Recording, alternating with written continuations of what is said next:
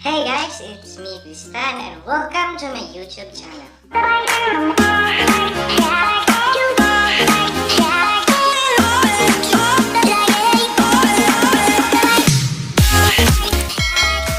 In this video ay mag-share ako ng 50 vlog ideas na pwede mong gawin sa bahay.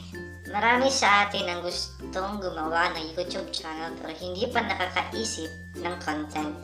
So in this video I will share it with the 50 vlog ideas na pwede mong gawin sa iyong YouTube channel.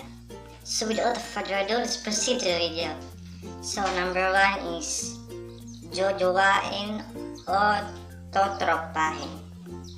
How I edit my vlogs, who knows me better, prank calls, ask me anything, unboxing, outfit ideas, skincare routine, tips to how start vlogging, life swap challenge, how to grow your channel, room makeover, mystery box challenge, collection videos, room tour, reacting to your old photos and videos, what's on my bag, what's on my room, how I edit my thumbnail. So how I edit my thumbnail is nagawa ko na.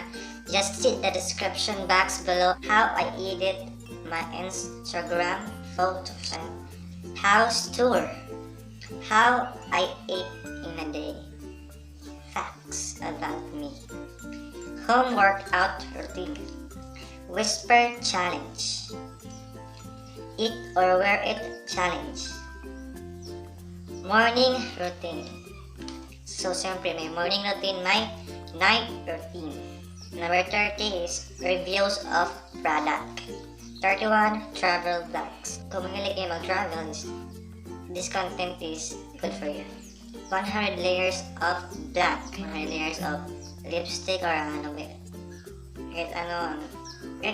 pulling na.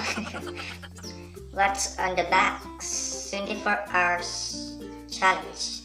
So 24 hours jowa challenge, like try not to laugh, spicy noodle challenge, letting my blank to do my haircut challenge, host quarantine routine, ignoring my blank, ignoring my sister or ignoring my brother or my girlfriend or boyfriend, what's on my phone, no food for 24 hours challenge, 43 compilation videos, DIY cloth ideas, clean with me, someone rate my outfit challenge, trying everything in my closet, a week in my life, 24 hours ignoring my black, and lastly is